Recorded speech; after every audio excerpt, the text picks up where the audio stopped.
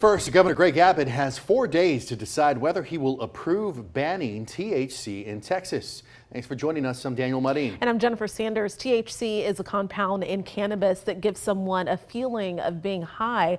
Supporters of the ban are calling on the governor to sign it into law because they argue THC products are getting into the hands of children and harming them. But thousands of Texans are also calling on the governor to veto the bill, including one man who says the products are helping his mother. Dylan McKim shares their story. She just loves feeding the animals she loves. Roger Galpin visits his mom Iona in Georgetown every 2 weeks. She's lived in this assisted living facility since 2022 when she was diagnosed with Alzheimer's. There you go. Through the years, he's seen the terrors this disease can inflict. I feel like I'm falling away. And you feeling a little unstable?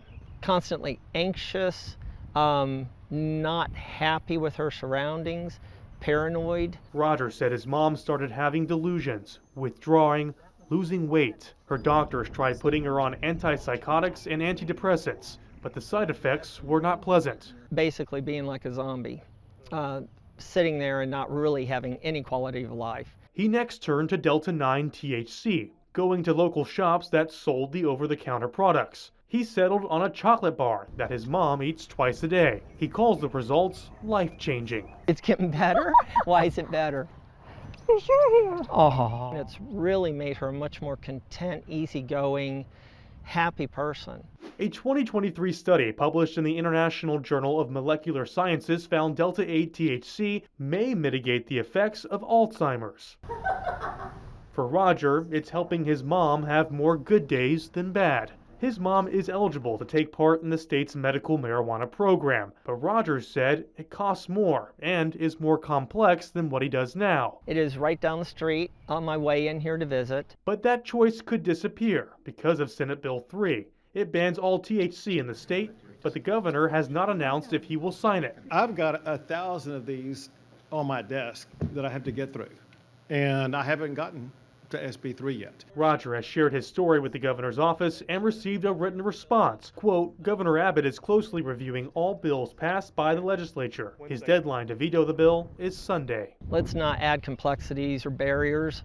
It's already difficult enough. In Georgetown, Run or walk. Let's try walking today for a change. I'm Dylan McKim. And Governor Abbott could also decide not to sign or veto the bill. If he takes no action, the bill will automatically become law. For some insight into the economic impact of the drug, according to a report by Whitney Economics, so far this year, the THC industry already racked up more than $4 billion in revenue. The report found that killing this sector of the Texas business world would get rid of about 53,000 jobs. According to the Austin Business Journal, THC sales actually spiked after the House approved this bill, with some hemp shoppers spending more than $1,000 per visit. Governor Abbott says he is weighing the opinions of both sides, but he hasn't shared his opinion on the legislation just yet.